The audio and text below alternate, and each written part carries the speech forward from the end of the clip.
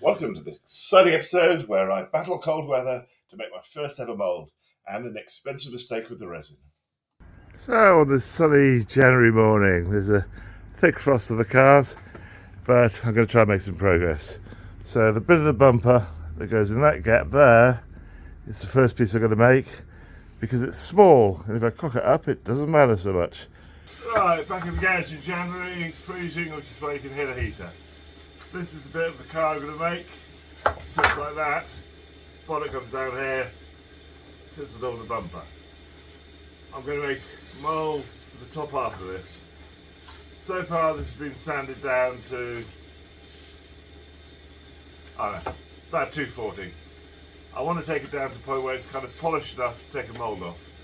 I'm hoping if I can get this epoxy to polish up, I won't need a layer of primer. Sometime later, and it's all down to 1,000 bits. Now, sand it down with 1500 to 2000. It is very smooth. To make the flanges, I'm going to use this board. After the storms, it was blowing around a car park, things B&Qs. So, just corrugated plastic board. So, cut the flange to fit, leave it nice and wide, hot glue in place. Then, as if by magic, the other half's done. Now we just need to put the wax fillet around there and move on. That was a whole lot fiddlier and more time consuming than expected. I had to come inside because, despite the sunshine out there, it's the coldest day of the year so far, so the wax was just falling off and wouldn't stick and anything. You basically make a little wiggly worm. So you then squeeze that in like that.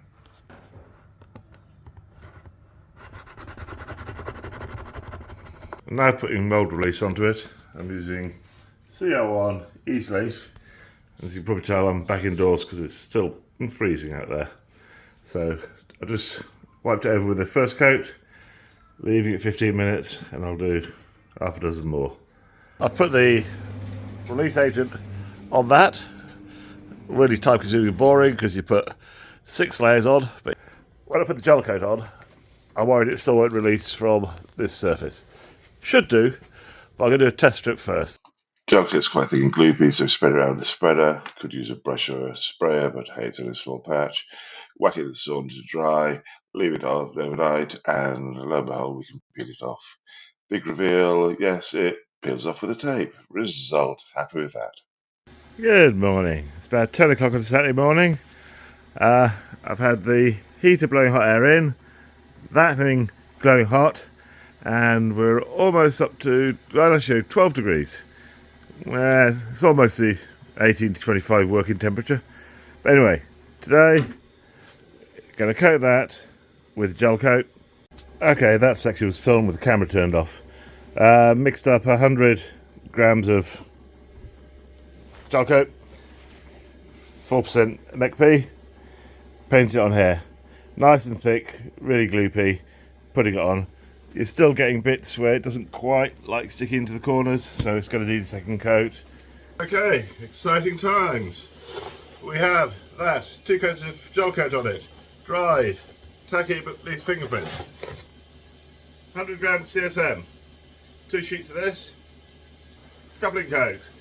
Okay, that's 400 grams of that, so I need 1.5%, so 4 times 1.5 is 6, so I need 6 grams of McP. Mix the resin from pretty pink to mucky brown. Apply the resin to the mould before the first coat of CSM. Put this first coat down, stipple it in.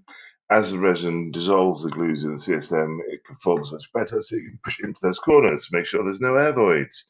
Add more slop, add more glass, 2 coats, and then just pour off the rest of the resin and let it set.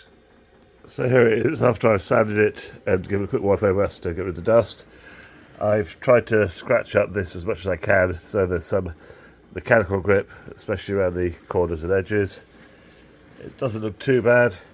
The flange is a bit of dipped a bit here, but hopefully that's just on the flange, so it shouldn't matter. And here comes the cock up. I'm ready to do the Unimold resin with the thick glass fibre, so I mix up 2 litres of coupling coat. Wrong resin, you idiot! Well, that was a fuck up. Anyway, got myself cooling resin. It's actually been stood upside down for half an hour in front of the heater so that the stuff mixes up. I then rolled it backwards and forwards, trying to shake it as best I can. Hopefully that's enough.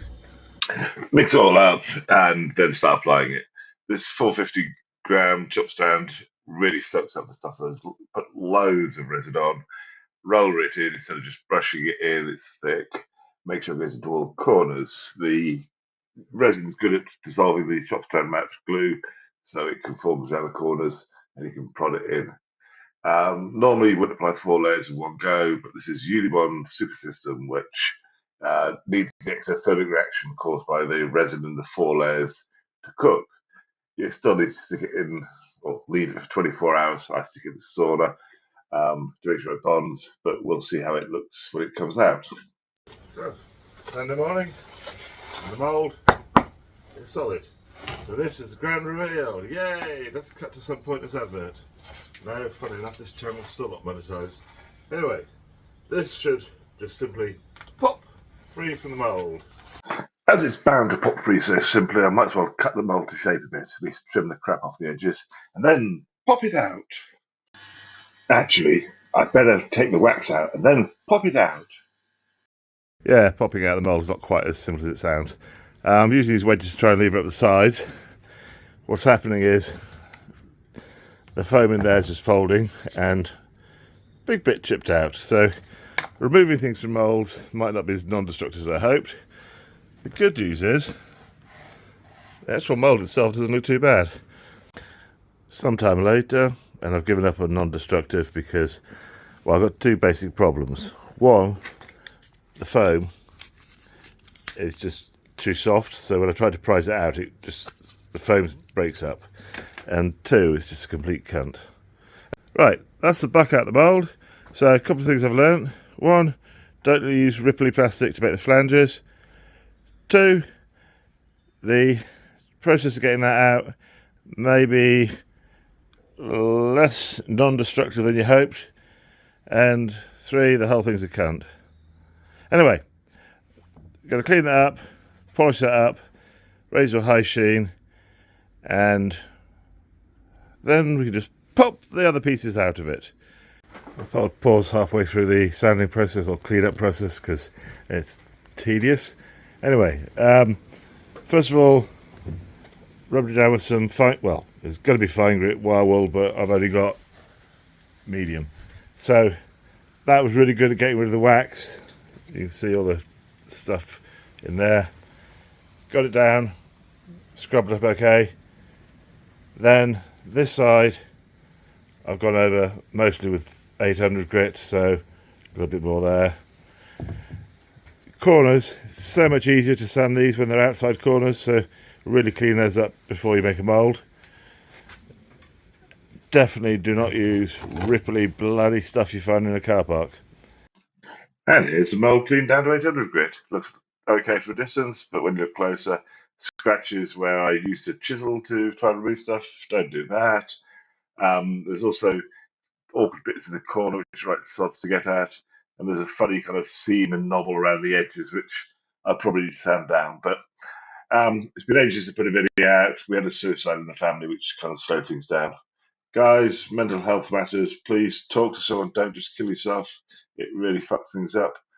Anyway, back to the stuff. Yeah, going to clean this up further, but I'm going to cancel this episode now. Next episode, you'll see the clean, shiny one, and we should make a carbon fibre piece. Like, subscribe, and all that shit, and speak to you soon.